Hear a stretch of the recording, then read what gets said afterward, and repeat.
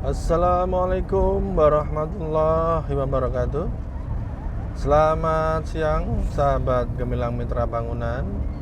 Ya, berjumpa lagi dengan kami channel Gemilang Mitra Bangunan, yang mana kali ini kita akan melakukan perjalanan ziarah ke makam Habib Abdullah bin Muhsin Alatos yang ada di Makam Keramat Empang Bogor.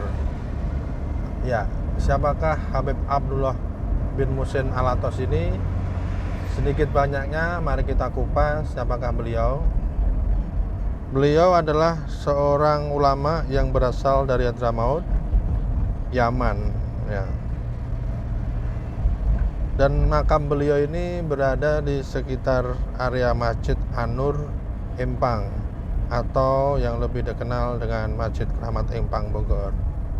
Untuk lebih jelasnya nanti kita akan kupas lagi sesampainya di lokasi, karena memang perjalanan kita kali ini melewati tol Jagorawi sedikit macet ataupun tersendat, sehingga memakan waktu menuju ke arah makam Keramat Empang Bogor, yang mana di sana terdapat makamnya Habib Abdullah bin Muhsin Alatos.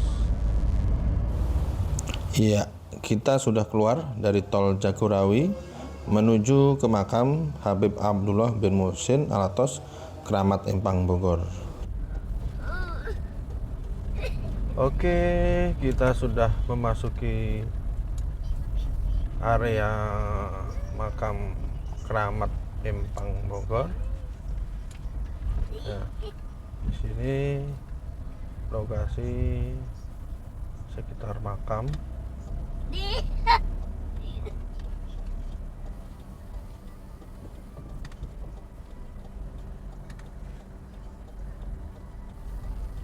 Ya, itu Masjid An-Nurnya sudah terlihat di depan. Untuk lokasi makamnya memang di area Masjid An-Nur Empang Bogor. Kenapa di sini dinamakan Masjid Keramat Empang Bogor? Karena memang dulu di sini adalah daerah Empang. Ya. Kita sedang mencari parkiran dahulu, sahabat Gemilang.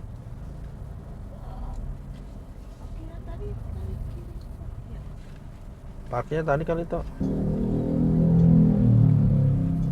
Ya.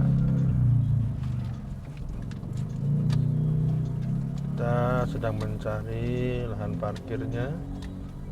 Ya, alhamdulillah kita masih mendapatkan lahan parkir. Oke. Iya, inilah lokasi di mana Habib Abdullah bin Muhsin Alatos berdakwah, daerah di mana beliau tinggal, di mana beliau berdakwah, di mana beliau mengajarkan para santri-santrinya serta belajar mengajar di area ini. Ya, area ini disebut yaitu Empang Bogor. Ya.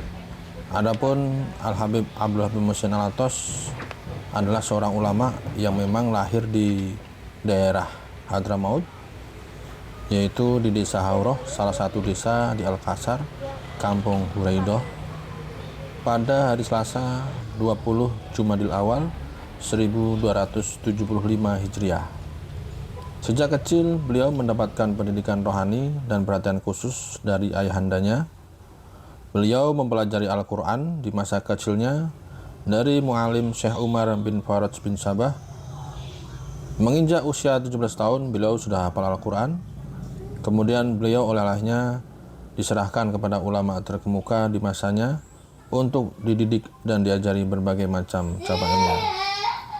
Nasab beliau adalah Al Habib Abdullah bin Muhsin bin Muhammad bin Abdullah bin Muhammad bin Muhsin bin Husain bin Umar bin Abdurrahman Alatos sampai ke Sayyidina Ali bin Abi Thalib radhiyallahu anhu. Dalam perjalanan hidupnya, Habib Abdullah bin Muhsin Alatos pernah dimasukkan ke dalam penjara oleh penjajah Belanda. Dengan ujian ini, mungkin Allah hendak memberi kedudukan yang tinggi dan dekat kepada Al-Habib Abdullah bin Muhsin Al-Atas dengan Allah Subhanahu wa Ta'ala. Selama di penjara, kekeramatan Al-Habib Abdullah bin Muhsin Al-Atas semakin tampak sehingga semakin banyak orang yang datang berkunjung ke penjara Belanda tersebut. Tentu saja hal itu mengherankan para pembesar penjara dan penjaganya. Mereka mendapatkan berkah dan manfaat dari kebesaran Al-Habib Abdullah bin Muhsin Al-Atas sewaktu di penjara. Setiap permohonan dan hajat yang pengunjung sampaikan kepada Al-Habib Abdullah bin Muhsin Al-Atas selalu dikabulkan oleh Allah Subhanahu wa Ta'ala. Hal ini membuat para penjaga merasa kewalahan menghadapi para pengunjung yang terus bertambah. Mereka lalu mengusulkan kepada kepala penjara agar segera membebaskan Al-Habib Abdullah bin Muhsin Al-Atas. Namun ketika usulan itu ditawarkan kepada Al-Habib Abdullah bin Muhsin Al-Atas, beliau menolak dengan halus dan lebih suka menunggu sampai selesainya masa hukuman. Pada suatu malam, pintu penjara tiba-tiba terbuka dan datanglah kepada beliau sang kakek Al-Qutub Al-Anfas, Al-Habib Umar bin Abdurrahman Al-Atas. Saya berkata, "Jika kau ingin keluar dari penjara, keluarlah sekarang. Tetapi jika engkau mau bersabar, maka bersabarlah." Beliau ternyata memilih untuk bersabar dalam penjara. Pada malam itu juga, Sayyidina Al-Faqihil Muqaddam Muhammad bin Ali Ba'alawi dan Syekh Abdul Qadir Al-Jilani serta beberapa tokoh wali lainnya mendatangi beliau. Pada kesempatan itu, Sayyidina Al-Faqihil Muqaddam memberikan sebuah kopiah. Ternyata di pagi harinya kopiah tersebut masih tetap berada di kepala Al-Habib Abdullah bin Muhsin Al-Atas. Padahal beliau bertemu dengan Al-Faqih Al-Muqaddam hanya dalam mimpi. Iya, inilah masjid yang didirikan oleh Habib Abdullah bin Muhsin Al-Atas, Keramat Empang Bogor, atau lebih terkenal dengan Masjid Keramat Empang. Masjid ini didirikan sekitar tahun 1828 Masehi. Pendirian masjid ini dilakukan bersama para habaib dan ulama besar Indonesia.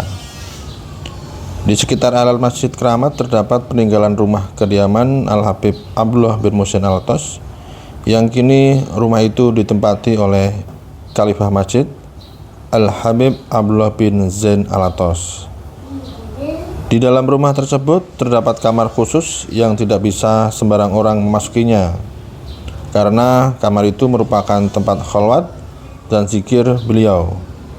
Bahkan di sana terdapat peninggalan Al-Habib Abdullah bin Muhsin Al-Atas seperti tempat tidur, tongkat, gamis, dan sorbannya yang sampai sekarang masih disimpan utuh. Kitab-kitab beliau kurang lebih ada 850 kitab. Masya Allah, banyak sekali ya kitab peninggalan beliau.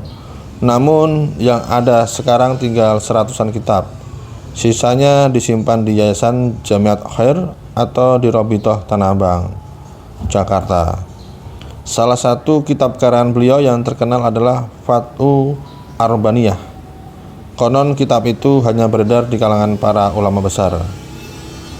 Di kampung Empang, Al-Habib Abdullah bin Muhsin Al-Atas menikahi seorang wanita keturunan dalam sholawat.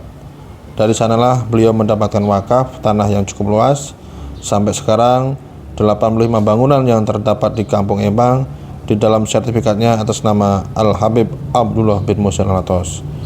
Semasa hidupnya sampai menjelang akhir hayatnya, beliau secara istiqomah membaca sholawat Nabi Sallallahu Alaihi Wasallam yang setiap harinya dilakukan secara mudawamah di banyak tempat dan dibaca sebanyak 1000 kali dengan kitab sholawat yang terkenal yaitu Dalail Al-Khairat.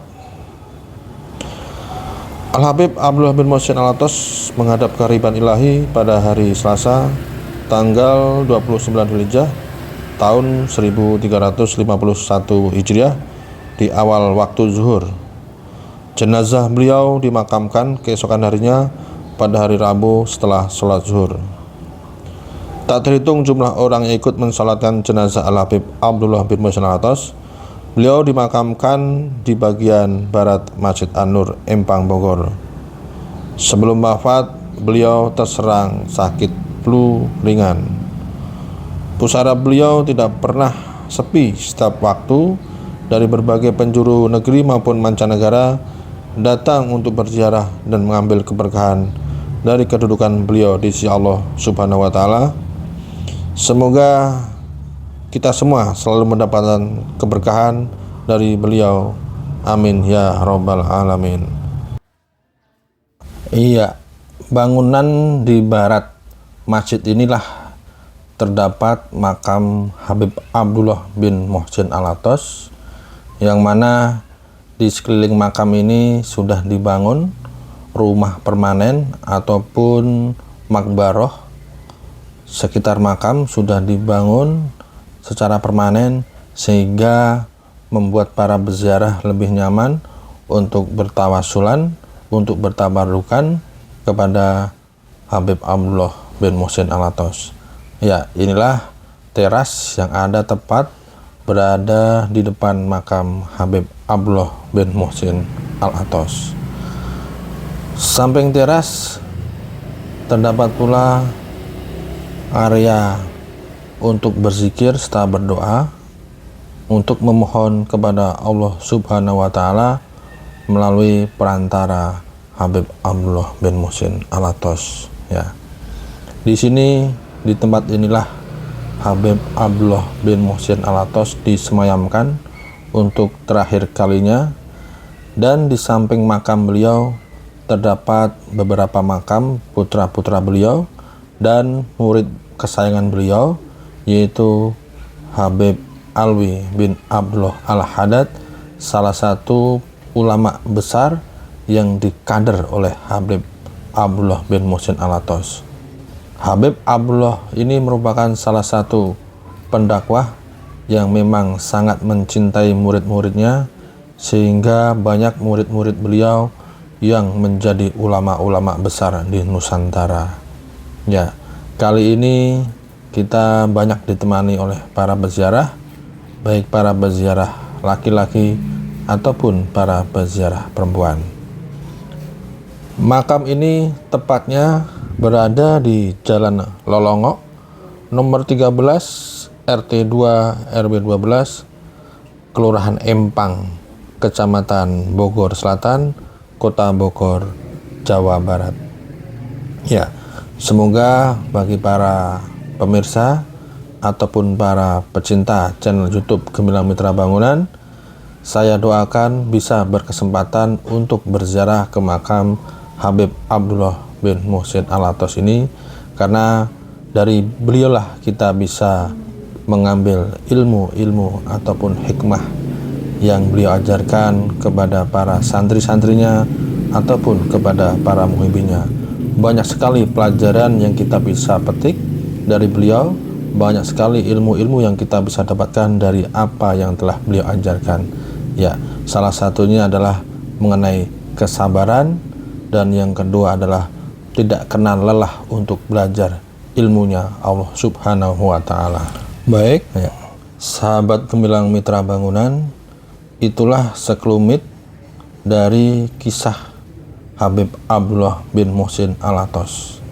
Semoga apa yang telah kita hadirkan ini bermanfaat buat saya pribadi, buat para pecinta channel YouTube Gemilang Mitra Bangunan.